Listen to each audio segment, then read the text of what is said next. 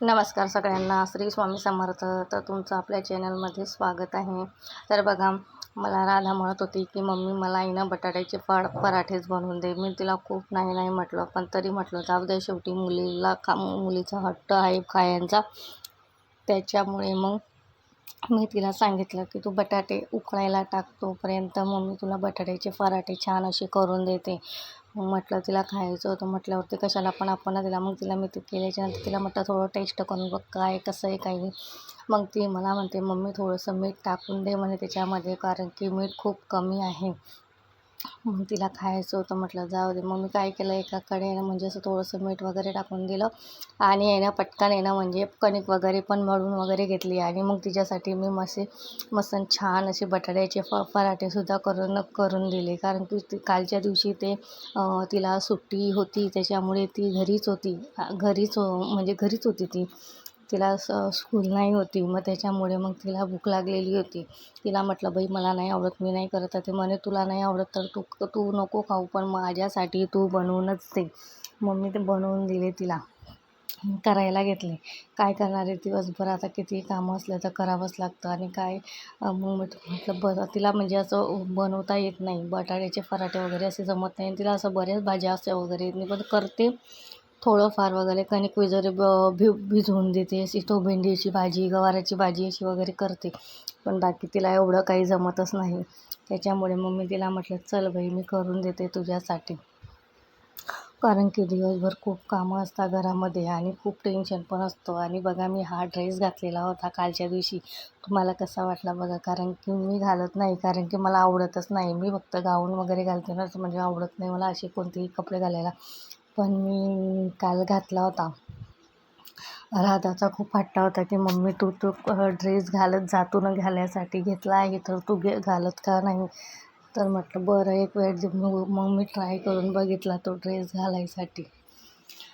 कितीही काम केलं तरी घरामध्ये कमीच आहे. तरीसुद्धा कसं बाईचं जीवन म्हणजे खूप वेगळं आहे. कितीही आपण काही केलं तरी बाईला फक्त स्वयंपाकामध्येच असते. तिला अस्तित्व असत नाही.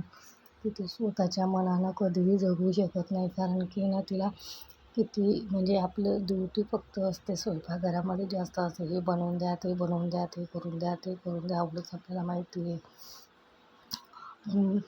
पोळ्या वगैरे करून घेतल्या, म्हणजे तिच्या पराठे वगैरे करून घेतले. तिला म्हटलं आणि मी छान खूप बनवून देते, कारण की तिच्या हातची आवडत नाही. तिला काय जमणार आहे अजून, ती नववीला म्हणजे येत नाही तिला अजून. त्याच्यामुळे तिला म्हटलं की म्हटलं मीच करून देते तुला छान असे पराठे. मग तिला करून दिले मी मस्त पराठे. मग तिच्यामध्ये तिनं काय टाकून खाल्लं, जे शेजवानची चटणी असते ना, ते शेजवानची चटणीसोबत तिच्या पप्पांनी त्यांना म्हणजे असे पराठे वगैरे ते बटाट्याचे ते खाल्ले.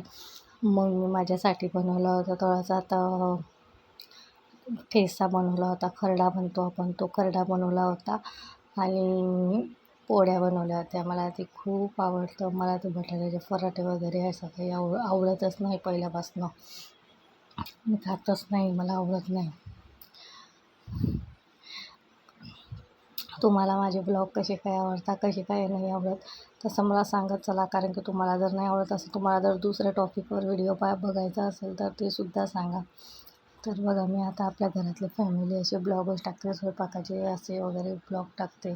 कारण की ना खूप धावपळ असते. सकाळी 5:30 वाजेपासून उठते मी तर 8:30, 9, 10 वाजेपर्यंत, 8:30 वाजेपर्यंत माझं सगळं काम होतं. तरी पण नाश्ता वगैरे चपात्या वगैरे ते बनवायचं बाकीच असतं. मग त्याच्यासाठी काय करणार, त्याचा अभ्यास असतो, ते नसतं. अजून तरी घ्यायला जायचं, सोडायला जायचं, हे मागे खूप लागून गेलेलं आहे. आणि घरामध्ये कामाचा प्रॉब्लेम असतो, त्याचा प्रॉब्लेम असतो खूप. मग घरामध्ये बघावं लागतं. बऱ्याच वेळेस काही ना काही अडचण येत असते जीवनामध्ये, काही ना काही होत असतं. त्याला पण सामोरं जावंच लागतं. कारण की मला तुमच्यासोबत काहीतरी गोष्टी शेअर करायच्या आहे, पण मी त्या केल्या नाही. पण आता बऱ्याच वेळेस मी करेल, एखाद्या वेळेस एखाद्या व्हिडिओमध्ये तरी मी तुम्हाला काही ना असं मी सांगेन माझ्या जीवनातलं. तर तुम्ही कसे ते मला सांगा.